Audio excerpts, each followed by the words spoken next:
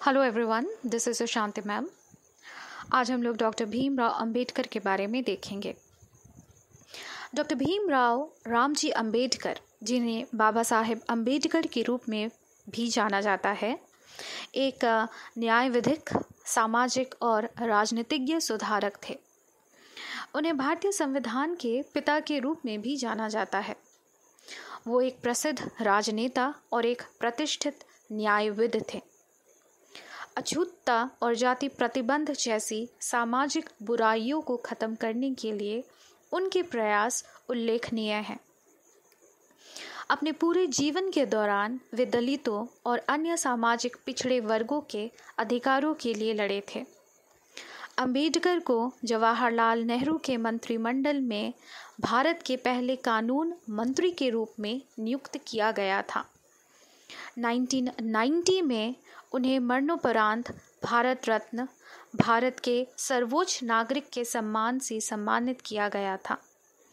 तो आज के हमारे लेक्चर में हम लोग भीमराव अंबेडकर के जीवन के बारे में देखेंगे, उनकी उच्च शिक्षा के बारे में देखेंगे और हम लोग देखेंगे कि उन्होंने किस तरह हमारे संविधान का निर्माण किया था।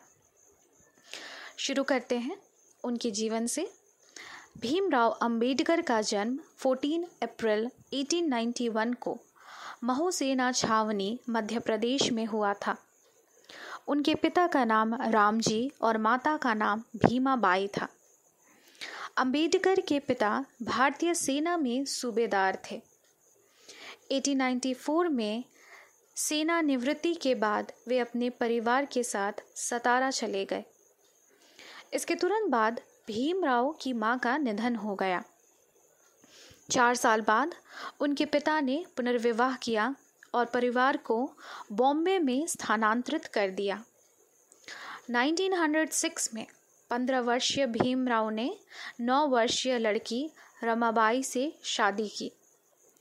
1912 में उनके पिता रामजी सकपाल का मुंबई में निधन हो गया। अपने बचपन के दौरान उन्हें जातिगत भेदभाव का सामना करना पड़ा था। हिंदू मौर्य जाति के नाम से उनके परिवार को ऊपरी वर्गों द्वारा अछूत के रूप में देखा जाता था।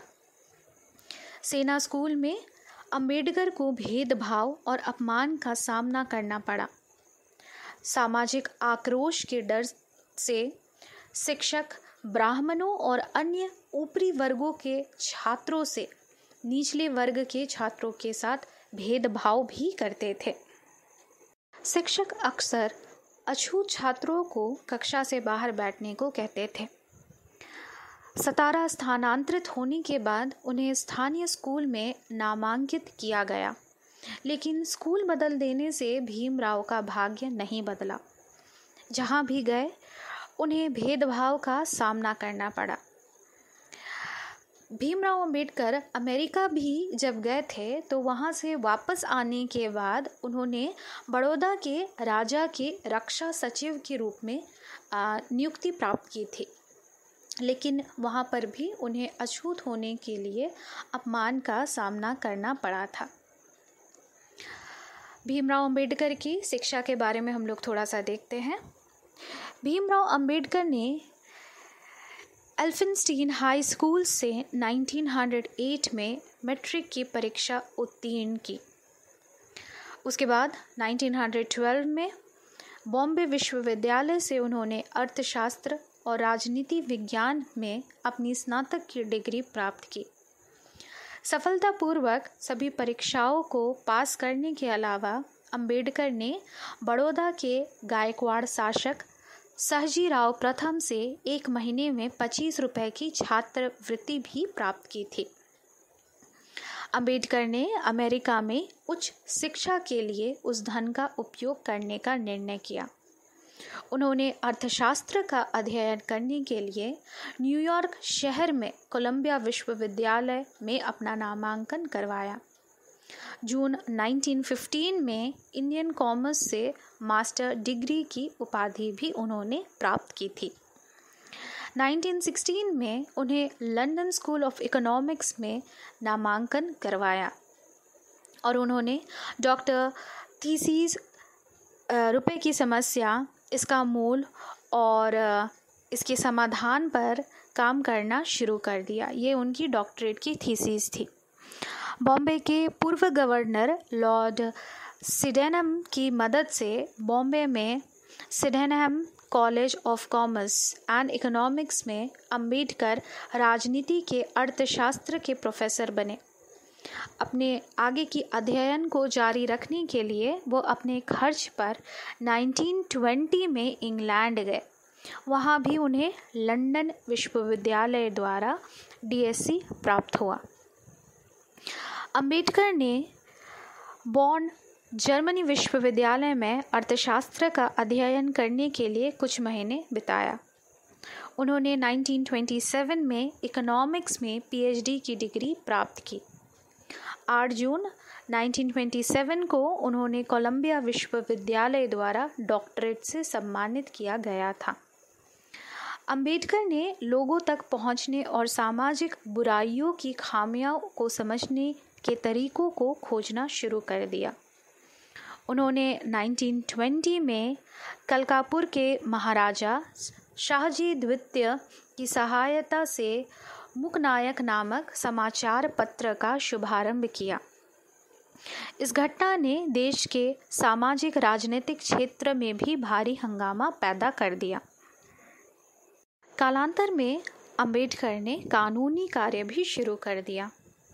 उन्होंने जाति के भेदभाव के मामलों की वकालत करने वाले विवादित कौशलों को लागू किया।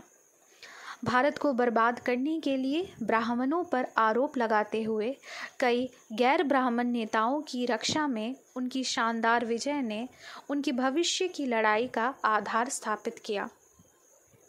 1927 तक अंबेडकर ने दलित अधिकारों के लिए पूर्ण गति से आंदोलन की शुरुआत की। उन्होंने सार्वजनिक पेयजल स्रोतों को सभी के लिए खुला और सभी जातियों के लिए सभी मंदिरों में प्रवेश करने की मांग की। उन्होंने नासिक में कलाराम मंदिर में घुसने के लिए भेदभाव की वकालत करने के लिए हिंदुत्ववादियों की निंदा की और प्रतीकात्मक प्रदर्शन किए। 1932 में पूना संधि पर डॉक्टर अंबेडकर और हिंदू ब्राह्मणों के प्रतिनिधि पंडित मदन मोहन मालवीय के बीच सामान्य मतदाताओं के भीतर अस्थायी विधानसभा में अस्पृश्य वर्गों के लिए सीटों के आरक्षण के लिए पूना संधि पर हस्ताक्षर किए गए। 1936 में अंबेडकर ने स्वतंत्र लेबर पार्टी की स्थापना की। 1937 में केंद्रीय विधानसभा के चुनाव में उनकी पार्टी ने 15 सीटें जीती। अंबेडकर ने अपने राजनीतिक दल के परिवर्तन को अखिल भारतीय अनुसूचित जाति संघ में बदल दिया। हालांकि इसने भारत के संविधान सभा के लिए 1946 में हुए चुनाव में खराब प्रदर्शन किया था। अंबेडकर ने कांग्रेस और महात्मा गांधी के अछूत समुदाय को हरिजन कहने के फैसले पर आपत्ति जताई। उन्होंने कहा कि अछूत समुदाय के सदस्य भी समाज के अन्य सदस्यों के समान हैं। अंबेडकर को रक्षा सलाहकार समिति और वाइसरॉय के कार्यकारी परिषद में श्रम मंत्री के रूप में नियुक्त किया गया था। एक विद्वान के रूप में उनकी प्रतिष्ठा स्वतंत्र भारत के पहले कानून मंत्री और स्वतंत्र समिति का गठन करने के लिए जिम्मेदार समिति के अध्यक्ष के रूप में उनकी नियुक्ति का नेतृत्व किया गया था।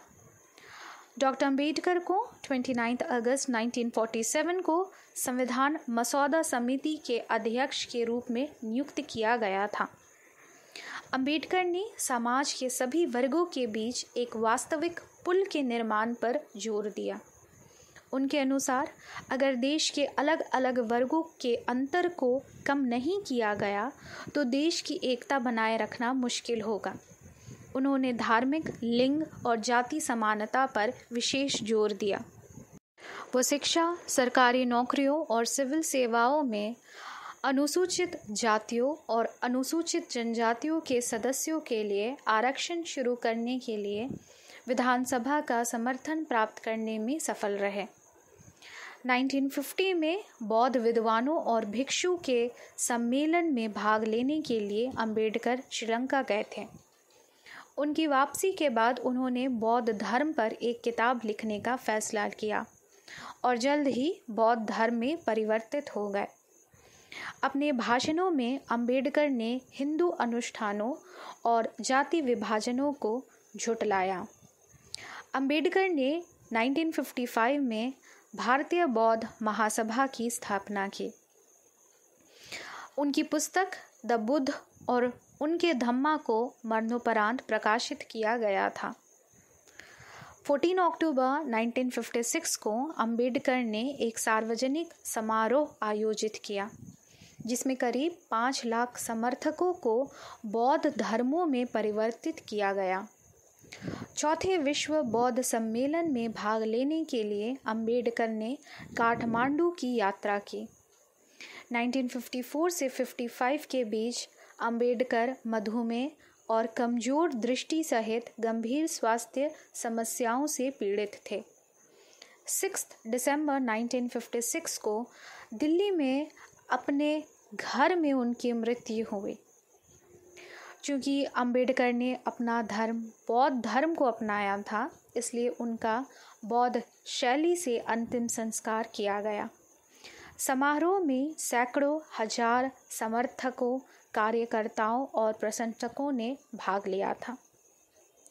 तो इस तरह हम लोगों ने आज के लेक्चर में डॉक्टर भीमराव अंबेडकर के जीवनी के बारे में देखा है। धन्यवाद।